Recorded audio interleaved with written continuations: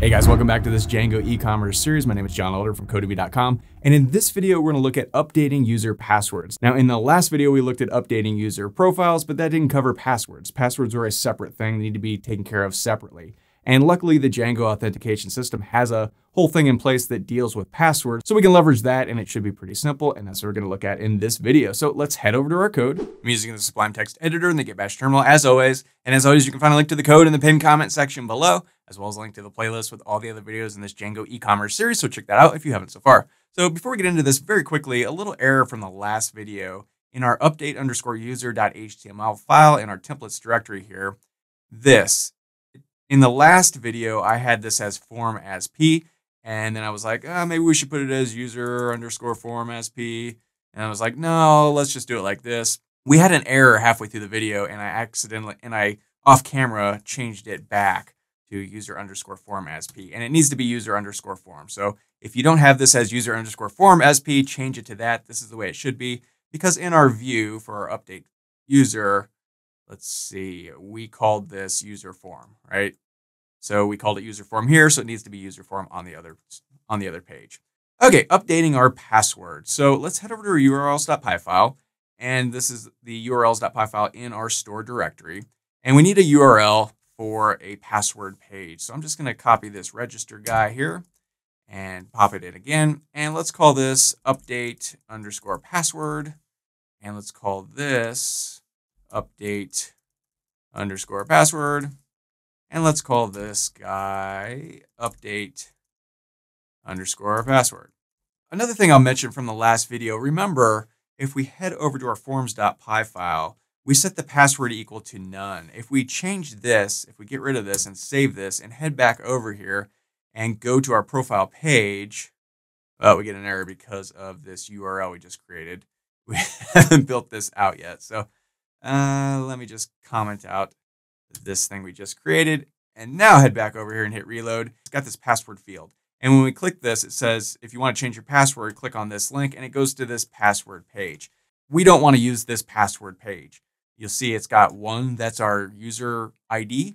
So everybody has a different one. Everyone will be, user number 97/password. We don't want to do that. That's too complicated. And we really don't have to. So we're not going to take advantage of this little thing at all. We're just going to build it from scratch ourselves. So head back over to our forms.py, uncomment that out, make sure that says password equals none. And then when we come back here, that's gone. So, okay, back to the password stuff. Let's head back over to our urls.py file and uncomment this out. So now we've got our URL and we need this update password view. So let's head over to our views.py file and let's just come up here and let's define update password. Let's pass in the request as always. And then let's just come down here and grab one of these guys. And just for now, paste this in. But instead of update user, this is going to be update password, and we don't need to pass anything just yet. Now we need this update_password.html web page. So let's head over to our templates, right click new file, and let's go file, save as, and save this as update_password.html. Now I'm going to go to my register.html page and let's just copy this whole thing and come back over here to our update_password page and paste this in. And let's change this around. Instead of it saying register at the top, let's have it say password. And then here, let's say update user password dot. And down here, we want this URL to point to update_password, because in our urls.py file, let's see, that's what we named it right here, update_password. So that looks good. And this is going to be a form as P. We can leave that the same. And instead of it saying register, let's have the button say update_ or just update password. Okay, that looks good. Now we need a link to this page somewhere. Where do we want to put this? Well, if we go to our update user page, right, that is this profile page right here. Let's put a button right under here where it says update password, where we can click on that and go to the update password page. Maybe we want to change the color. Maybe we'll keep it gray, whatever. Doesn't really matter. Let's just put that right there. So to do that, let's come down here to our update profile button. And outside of this, we don't really need it in this form action. Let's put a line break or maybe two. Now let's just create a link. So let's go a href equals, and then let's make a Django URL. And we want to point this to update_password. And let's turn this link into a button. Let's give it a class of btn-secondary, which is the same as we did here for this button. It just turns it into a Bootstrap button that is gray. Secondary means gray. Let's see, success maybe, I think is green. Let's try that. And here, let's have it say update password, and then just close that A tag. So, okay, let's go ahead and save that and see how that looks. Okay, and now we got this update password, and it's green. When we click on it, it goes to this password page. It says password. Maybe we want to change that to update password. I don't know. Right. Let's come up here. Yeah, let's say update password. Okay. So, all right, we've got the framework down here. So now we need a special form that comes with the Django user authentication system that allows us to update our password. So let's go to our forms.py file. And up here from django.contrib.auth.forms, we're importing our user creation form and our user change form. Now we also want the set password form. Now notice the S, the P, and the F are all capitalized. And while we're at it, I'm just going to copy this. And now let's come down here and build out this form. So let's go class, and let's name this guy. What do we want to call this? Anything we want, really, but I'm going to call it change password form. And we want to pass in that set password form that we just imported from up here. So, okay, let's give this a, well, let's just write this out. Let's give it a class of meta. And inside of here, our model is our user model that we've imported up here, right? And then what fields do we want to deal with here? Well, only really two. Let's call this one new_password1, and let's call this one new_password2. Why two of them? Because you always want two passwords. You know, you enter your new password and then you have to type it in to confirm it so that they match. It's just a, not really a security feature, but a make sure that the user doesn't mess up feature. So, okay, we can go ahead and define those two things. And strictly speaking, that's all we need. We're going to want to modify this in a bit to make it look nicer, but right out of the box, this will work. So we've got this change password form. Let's go ahead and save that, head back over to our view, and from .forms, we want to import our signup form, our update user form, and now our change password form. And we're going to use that in this new function we just created. So let's give ourselves some room here. And we always want to start out by making sure the user is logged in, because if they're not logged in, they don't have a password, so they shouldn't be able to go to the update password page to begin with. So let's go if request.user.is_authenticated. That means if they are logged in, let's grab the current _user, and that's just going to be our request.user. Let's say, did they fill out the form? So when they go to the page, there's going to be a form on that page. And you either have the option of like, we filled out the form and clicked the button, or we've just gone to the page and not yet filled out the form. So if we filled out the form and clicked the button, let's test for that. So let's go if request.method equals post. They're posting the form, right? Then we want to do stuff, right? So let's just say do stuff. Else, if they're just going to the page, then we just want to show them the page, right? But we also want to pass in that form. So our form is going to equal the change password form, and we want to pass in the current _user. Now this form, we need to pass into the page in our context dictionary. So we do that in the normal way, which is form::form. So, okay, that looks good. Now if we save this and head over to our update password, you'll remember when we pasted that code, we have this form as P. Well, that's that form we just passed in. So that should work. So let's go ahead and save this and see if that worked. If we hit reload, well, I thought that might happen. To work on our indentation, it looks like. Oh, we also need an else statement here if they're not logged in. So let's go else.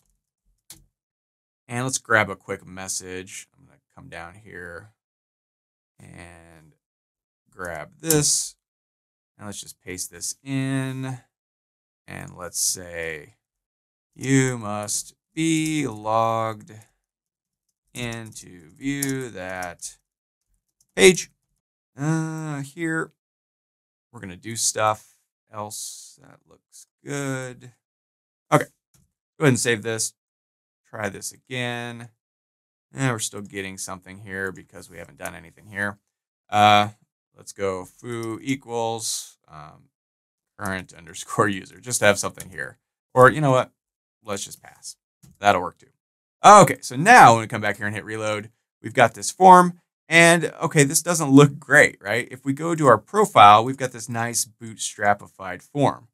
But if we click here to update our password, it looks kind of janky. So how do we fix that real quick? Well, let's head back over to our forms.py file.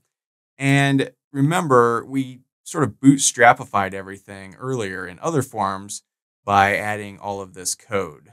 So I'm just going to copy all of this, head back over here, and we want to line this up with this class here, indentation-wise, and just paste all of this in there.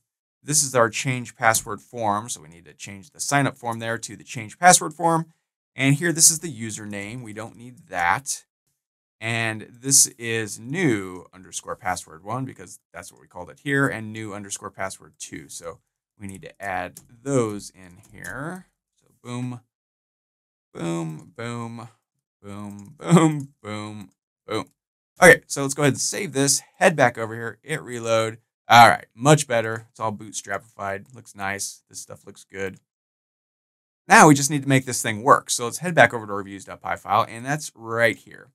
What do we want to do? Well, first we need to grab the form. So the form equals our change password form, and we want to pass in our current underscore user and also the request.